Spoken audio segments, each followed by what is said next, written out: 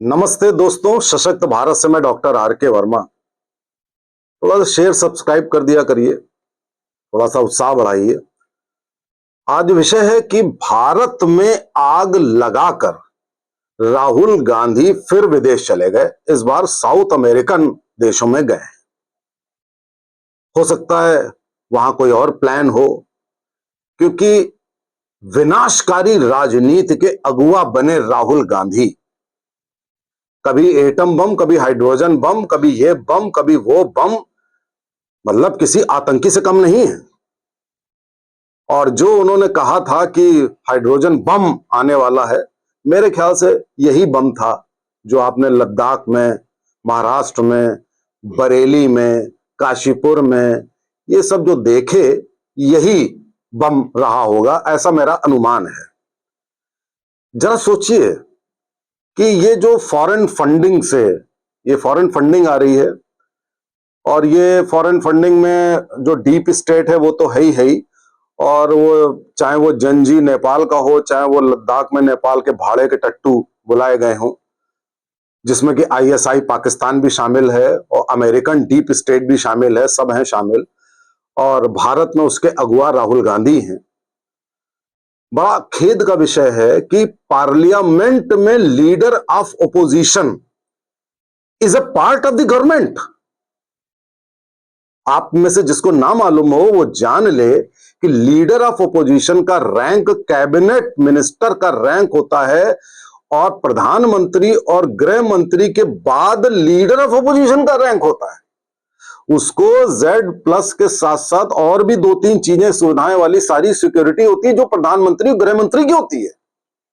वो आदमी अपनी सुरक्षा को छोड़ करके भाग जाता है ताकि पता ना लगे, और वहां पर वो सारी योजना बनाता है, ऐसा अनुमान है। जैसे कि मलेशिया के लंकावी आइलैंड के बाद ये सारी घटनाएं शुरू हो गई। यहां पर कुछ लोग हैं, ये योजना बनी होगी कि बात धर्म की करना, क्योंकि धर्म की बात होगी तो उससे लोगों को उकसाया जा सकता है। और जो ऑर्गेनाइज्ड रिलीजन होते हैं, ऑर्गेनाइज्ड रिलीजन हिंदुओं को छोड़ करके सारे रिलीजन ऑर्गेनाइज्ड होते हैं। जो जिस धर्म में केवल एक भगवान या एक अल्लाह या एक पैगंबर होता है, वो ऑर्गेनाइज्ड होता है। हमारे हिंदू धर्म में ऐसा नहीं है, डेमोक्रेटिक रिलीजन है हमारा हिंदू। इसीलिए वो यूनाइटेड नहीं है, इसीलिए वो ऑर्गेनाइज्ड भी नहीं है, यूनाइटेड भी नहीं है, और ना होगा आसानी से। तो उन लोगों को एकजुट करना धर्म के नाम पर बहुत आसान है। तो आप एक कैप्शन लिख लीजिए, आई लव मोहम्मद, और उसको लेके जाइए। दिखाने के लिए ये होगा जिससे किसी को कोई एतराज है नहीं। किसी को, हमको, आपको, किसी को इस बात से क्या एतराज होगा कि आप, वैसे हम राय ये देंगे कि भाई आप उनसे तो मोहब्बत आप करेंगे ही करेंगे, तभी तो आप कन्वर्ट हुए हैं, उन्हीं की मोहब्बत में आप कन्वर्ट हुए। तो आप जो उनकी पूजा पद्धति है, नमाज है, वो सब आप अपने घर में, मस्जिदों में करते हैं। तो ये सड़क पे बैनर लेके आने की क्या जरूरत है? लेकिन उसके बावजूद भी हम कहेंगे वो भी ठीक है भैया, तुम आ रहे हो आओ, कोई दिक्कत नहीं। लेकिन ऐसे जुलूसों में आप पेट्रोल बम, चक्कू, तमंचे, पत्थर ये लेके क्यों आएंगे भाई? मतलब किस लिए आप लेके आएंगे? और इसमें आप सर तन से जुदा के नारे कैसे लगा लेंगे आप? क्या ये भारत ना हो कि पाकिस्तान है या सऊदी है, वहां नहीं कर पाओगे, सऊदी में नहीं कर पाओगे, या कोई युगांडा या कोई वैसा देश है जिसमें कि तुम सड़क पे बैनर रखोगे लव का और काम करोगे नफरत का, हिंसा का, खून खराबे का। लेकिन ये योजना बनाई गई होगी, और इस योजना में इसीलिए हर आदमी आपसे कहता है, आपसे कहता हुआ सुनाई देगा, अरे भाई साहब इसमें क्या बात है, आई लव मोहम्मद। अरे भाई उसकी बात ही नहीं करे ना, सरतन से जुदा कैसे, ये इसको कैसे जस्टिफाई करोगे? तो कह देंगे वो किसी ने कह दिया होगा। सब तमंचा पत्थर, अरे वो नहीं फेंका, कहीं पे मिल गया होगा, वो तो पुलिस कह देती। मतलब इस तरीके से रिडिक्यूल करके इस देश को विनाश की ओर ले जाने की साजिश साथियों हो रही।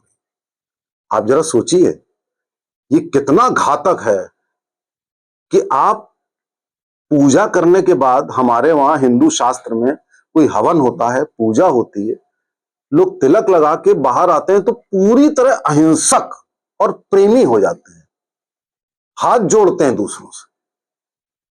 और आप जो जुम्मे की नमाज होती है उसके बाद आपका मौलाना आपको खून खराबे के लिए उकसा देता है, आप सड़क पे खून खराबा करने चले जाते हो, उसके बाद आप पुलिस पे पत्थर मारने लगोगे। ये कौन सी अनारकी अराजकता है भाई? ये आप कैसे कर सकते हो भारत में? और किस लिए कर रहे हो पहले ये बताओ। एजेंडा है ही नहीं। आपने किसी भी जगह नहीं देखा होगा कि भाई तुम ये बैनर लेके चल रहे हो तो तुम्हारा एजेंडा क्या है, मतलब चाहते क्या हो तुम? भाई आप सड़क पर उतरते हो तो कोई कारण होता है, तो किस कारण से आप सड़क पर उतर रहे हो जरा ये बता दो पहले। प्रेम का इजहार करना चाहते हो तो अपने घर में या मस्जिद में कर लो, अपने मन में कर लो, सड़क पे भी इक्का दुक्का लेके निकल जाओ, कोई दिक्कत नहीं है। तुम वो बैनर लेकर के ये घृणा, नफरत, हिंसा, खून खराबा ये सब करके देश को पतन के गर्त में तुम 1400 साल पुराने उसमें ले जाना चाहते हो, और वो भी पूर्व के हिंदू। ये सब पांच पीढ़ी पहले के हिंदू हैं। यही तो एक विडंबना है। और ये सब करा कौन रहा है? करा भी रहा है हिंदू, राहुल गांधी, अखिलेश यादव, इस टाइप के लोग करा रहे हैं। तो क्या आपको राष्ट्रवाद से, भारतीय संस्कृति से इतनी घृणा है, इतनी नफरत है कि आप मोदी को सत्ता से हटाने के लिए भारत जैसे विशाल देश में, भाई साहब जैन जी नहीं, जैन जी जैसे 1000 लाख करोड़ आ जाएं, मतलब कहां से चिल्ली की बात करते हो तुम? भारत के प्रधानमंत्री को तुम सत्ता से हटा दोगे? इसको तुम बांग्लादेश और नेपाल समझ रखे हो क्या? कभी 7 जन्म में सपने में भी ऐसा नहीं कर सकते। तो तुम क्यों ऐसा कर रहे हो भाई? ये इस तरीके की पोलराइजेशन आप सड़कों पे करवा रहे हैं, आपका नुकसान बहुत होगा। अभी आपको लग रहा होगा कि मैंने 5 जगह दंगे करवा दिए, मैंने सरकार को बदनाम करवा दिया, मैंने धर्म के नाम पे बीजेपी दफ्तर जलवा दिया, मैंने ये कर दिया वो कर दिया। अभी आपको लग रहा होगा आप सोनम वांगचुक जैसा जो लद्दाख में जो पहले जिसकी इज्जत थी आज उसकी इज्जत जीरो है, वो पाकिस्तान से मिल गया, मोहम्मद यूनुस से मिल गया, अमेरिकन डीप स्टेट से मिल गया, पैसे खा गया, जमीन खा गया, जाने क्या क्या कर गया। आज आप उसके कसीदे पढ़ रहे हो। अरे उसके कसीदे तो पहले पढ़े गए थे, और उसने 2019 में बड़ी तारीफ की थी सरकार की कि हमें यूनियन टेरिटरी लद्दाख को मिल गया। तो भैया आप स्टेट बनाने के लिए तुम क्या पूरे लद्दाख को जला दोगे? तुम पूरे लोगों को मार डालोगे तुम? तो मेरा ये कहने का मतलब है कि इन सबके जो अगुआ राहुल गांधी हैं, इनको ये मालूम नहीं है संभवतः ये कर क्या रहे हैं, और इनके राय देने वाले इतने बेवकूफ और मूर्ख हैं कि उनको मालूम नहीं कि तुम भारत में ऐसा काम कभी कर ही नहीं सकते हो, सपने में नहीं कर सकते। तो साथियों, क्या ये जो राहुल गांधी कर रहा है, इसकी मूर्खता में क्या आप आ सकते हो क्या? ये जो भारत विरोधी बयान अमेरिका में दिया करता है कि भारत एक राष्ट्र नहीं है, भारत राज्यों का समूह है, और भारत में आग लगा देंगे, जला देंगे, और एटम बम, हाइड्रोजन बम फेंक देंगे, और वोट चोर की बात कर रहे हो। पहले ईवीएम की बात करते थे, अरे जो ईवीएम हैक करता था वही आदमी वोट चोरी क्यों करे भैया? तो आप जो ये इसके कहने पे आ जाते हो, मैं सोशल मीडिया पे देखता हूं इसलिए कह रहा हूं कि आप आ जाते हो इसके कहने पे, और आप शक की निगाह से देखने लगते हो एजेंसीज को, भारत सरकार को। ये बहुत गलत है, ऐसा कुछ भी नहीं है। इस तरीके से कम 12 बार कर चुका है ये राहुल गांधी, और अब ये विदेशी ताकतों के हाथ में आ गया है। जॉर्ज सोरोस की जो फंडिंग है और पूरा जो नेटवर्क है, उसका जो मुख्य प्यादा है वो राहुल गांधी हो चुका है आज की तारीख। और ऐसा नहीं है कि हमारी सरकार चुप बैठी होगी, हमारी सरकार लगी होगी कि राहुल गांधी लाख छोड़ करके जाएं, लेकिन मैं फिर भी सरकार से ये अपील करूंगा, अपने प्रयास बढ़ा दीजिए। लीडर ऑफ अपोजिशन ऐसा नहीं कर सकता, ये गैर संवैधानिक है। वो देश छोड़ के जा करके देश के दुश्मनों से मिल करके देश में आग लगाने जैसा काम करे, ये संवैधानिक नहीं है, ना संविधान में लिखा है। इसके लिए आपको थोड़ा और प्रोएक्टिव होना पड़ेगा। आग लग जाने के बाद बुझाने के लिए आप आएंगे, वो गलत है। लद्दाख जल गया तब आपने एक्शन लिया, गलत। आपको आगे आना पड़ेगा, सरकार को आगे आना पड़ेगा। और सबसे पहले तो ये देख लो कि राहुल गांधी भारतीय नागरिक है भी कि नहीं। बहुत दिनों से ये मुद्दा चल रहा है, जरा सा डिसाइड कर लीजिए ये भारतीय नागरिक है कि नहीं है। अगर नहीं है तो इसको निकालिए। इसके अगेंस्ट अगर आपने कुछ नहीं किया अभी, तो अभी तो इसने 4-6 जगह आग लगाई है।